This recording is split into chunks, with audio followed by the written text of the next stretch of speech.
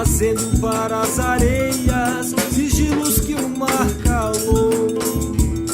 O garboso pescador para sempre no mar. Em 95, quando o primeiro trabalho sobre o Mero foi feito aqui no Brasil, através de entrevistas, os relatos já diziam que meros grandes eram cada vez mais raros. E aqui em Tamandaré, em função de relatos dos pescadores, da própria comunidade local, que foi inserido dentro da lei orgânica do município a proibição da captura, da pesca, da comercialização do mero, já ainda na década de 90. E na minha época que eu comecei a pescar, o mero não tinha valor, ninguém queria.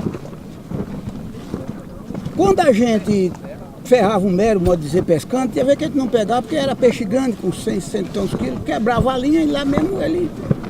Talvez eu nunca peguei por causa disso, nunca pesquei em rio, minha pescaria sempre foi no mar. Só que naquela época o pessoal não queria mero nem de graça. Se você desse o mero e o feijão e o arroz, ele queria o feijão e o arroz, comia puro, mas não queria mero para comer, porque não tinha valor. Só que depois que apareceu o crescimento da população, frigorífico, aí começou a comer o mero. Aqui em Tamandaré é uma área muito costeira, com recifes costeiros e com manguezais costeiros, então é o habitat natural do mero.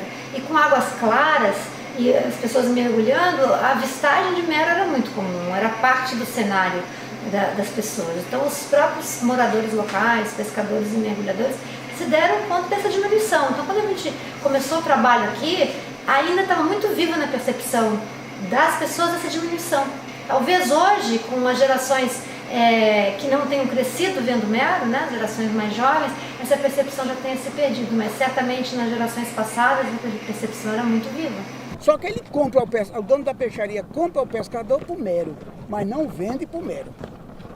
Ele bota outro nome que é para poder vender caro e vender. Porque se ele for vender por mero, talvez o pessoal não quer comprar. Aqui, como foi um dos primeiros lugares em que teve, de facto, fiscalização e a inserção de uma lei que proíbe a captura, transporte e comercialização de meros, então aqui qualquer pescador diz, não, nós vimos mero, mas soltamos. Só que hoje, aqui mesmo em Tamandaré, eu acredito que talvez até tenha mais, porque aqui o pessoal vive respeitando bastante. Tem um centro aí, a pesquisa aí, tem um pessoal que trabalha aí, vive na Camboa, no Rio direto, aqueles meninos toda semana. A gente mesmo trabalhei no projeto Recifes Costeiros, a gente trouxe vários meros daí do Rio, só temos aqui no mar. Um dos trabalhos que nós desenvolvemos aqui no Ponto Focal de Pernambuco é um experimento com covos, que são armadilhas de fundo, que são utilizadas para capturar saramonetes, lagostas e peixes mais bentónicos de fundo, não é? E nós colocamos no rio, a ideia, agora começamos no Ariquindá, e a ideia é colocar nos outros rios do complexo estuarino, quando vem um mero ou vermelho, que também tem a sua importância comercial. O que nós fazemos é, com o bicho, fazemos a medição, comprimento total, forcal, padrão, as medidas normais, tiramos o peso, tiramos também uma amostra de genética para enviar a colaboradores do projeto noutros pontos focais para fazer a comparação das populações ao longo da costa brasileira. Fazemos também a marcação com marcas convencionais, que são aqueles tagzinhos amarelos, que têm um número e que têm um número para o qual os pescadores ou outras pessoas que capturem a espécie possam ligar, não é?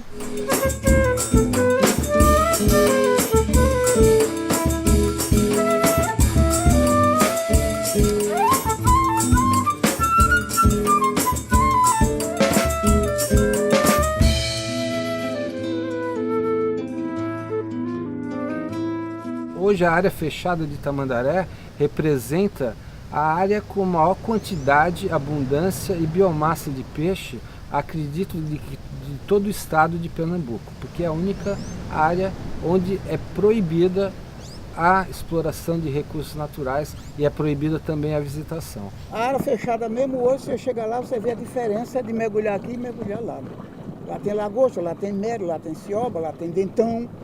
Uma grande dúvida na época foi, será que se a gente fechasse uma área, isso foi uma pergunta feita para os pescadores, será que se a gente fechasse uma área para o uso, a gente conseguiria reverter o quadro de degradação desse recife? Será que os recifes locais teriam capacidade de se recuperar a níveis que eram relatados no passado? Porque eu mesmo não achava de acordo, né? Não vou dizer. Hoje eu acho, mas na época eu não achava, eu achava que ia incomodar eu pegar um peixe ali, uma coisa, mas depois a gente vai vendo que cheguei à época até de trabalhar lá. Trabalhei 6 anos. Chama Zona de Preservação da Vida Marinha, conhecida localmente como Área Fechada de Tamandaré. A gente vem acompanhando o que está acontecendo dentro da área fechada, principalmente através dos mergulhos e hoje com o auxílio das câmeras e monitoramento remoto, e comparando com os recifes que ainda são abertos à exploração, ou seja pela pesca ou pelo turismo. E a mudança que a gente viu ao longo de 14 anos de fechamento, uma mudança imensa na estrutura do Recife de Coral. E é um exemplo que tem que ser replicado ao longo de toda a costa brasileira, porque a situação dos recifes de coral em Tamandaré, a não ser na área fechada, é bastante similar a todos os ambientes marinhos. Estão quase totalmente sobreexplotados.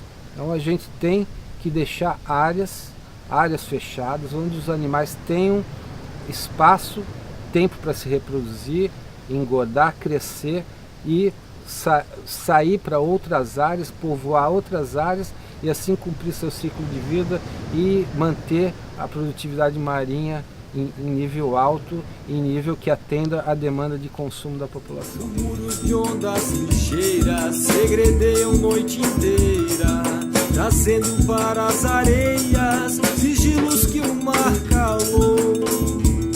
Um garboso pescador para sempre no mar deitou, e a moça em suas vigílias, enleada de saudade,